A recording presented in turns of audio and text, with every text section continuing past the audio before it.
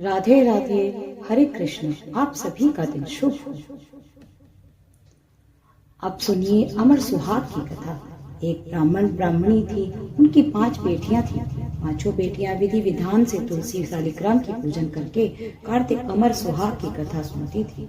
पूजा के समय चारों बेटियां दीपक जलाती तो पूजा पूर्ण होने तक जलता रहता, परंतु 5वीं बेटी का दीपक कहानी सुनने से पहले ही बुझ जाता था। यह देखकर 5वीं बेटी को चिंता होने लगी।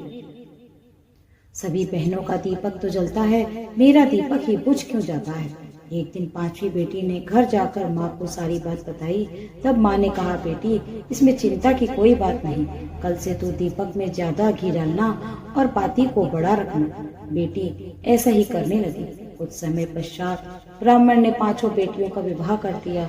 4 बेटियों के घर में अन्न धन के भंडारे भरे थे, परंतु 5वीं बेटी को आर्थिक स्थिति थोड़ी कमजोर थी।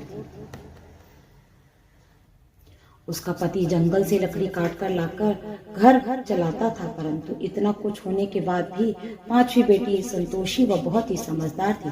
कभी किसी से शिकायत नहीं करती थी।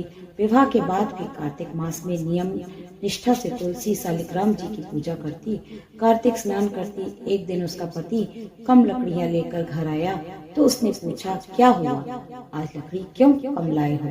तो पति ने कहा, हे भाग्यवान, मेरी तबीयत खराब है, मुझे बुखार है। दूसरे दिन लड़की ने पति से कहा, आज आपकी तबीयत ठीक नहीं है, आज मैं भी आपके साथ चलूंगी। तो उसने सास ससुर से आज्ञा लेकर पति के साथ जंगल में चली गई। जंगल में पति की तबीयत खराब हो गई और पति की मृत्यु हो गई। जंगल में अकेली वह बेचारी मदद के लिए पुकारने लगी।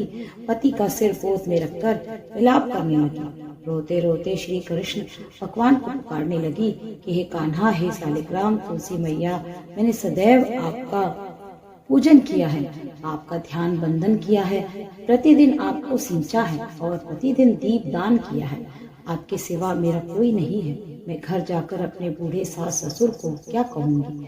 लड़की का विलाप और सच्ची भक्ति देखकर माँ तुलसी ने भगवान श्री कृष्ण से कहा, हे प्रभु, इस निर्जन वन में हमें कौन पुकार रहा है, हमें उसकी रक्षा करनी चाहिए। अब श्री कृष्ण भगवान लड़की के सामने प्रकट होकर पूछने लगे, क्या हुआ, तुम क्यों रो रही हो। तब लड़की ने सारी बात बताई और भगवान श्री कृष्ण के चरण पकड़ लिए और विनती करने लगी। उसकी पूजा भक्ति से प्रसन्न होकर भगवान ने एक तुलसी का पत्ता उसके पति के सर पर रखा और वह स्वस्थ होकर उठ बैठा। उसके पति को जीवन दान मिला और फिर भगवान ने उसे आशीर्वाद दिया कि जो कोई भी कुंवारी या सुहागन स्त्री श्रद्धा पूर्वक कार्तिक स्नान करेगी और तुलसी को सींचकर तुलसी अमर सुहाग की कथा सुनेगी, वह सदैव अखंड सौभाग्यवती रहेगी। उसके सुख समृद्धि अन्न धन के भंडार सदैव भरे रहेंगे। न कहकर भगवान अंतर ध्यान हो गए और वह भगवान को नमस्कार करते हुए खुशी खुशी अपने पति के साथ घर चली आई।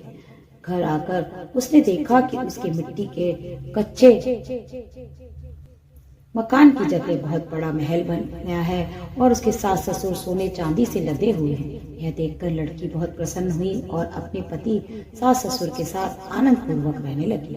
हे कान्हा जी, हे तुलसी मैया, जैसे आपने लड़की पर कृपा की वैसे ही कृपा सभी पर करना। कहानी को सुनने वाले और कार्तिक स्नान करने, दीप दान करने वाले अपने सभी भक्तों का कल्याण करना।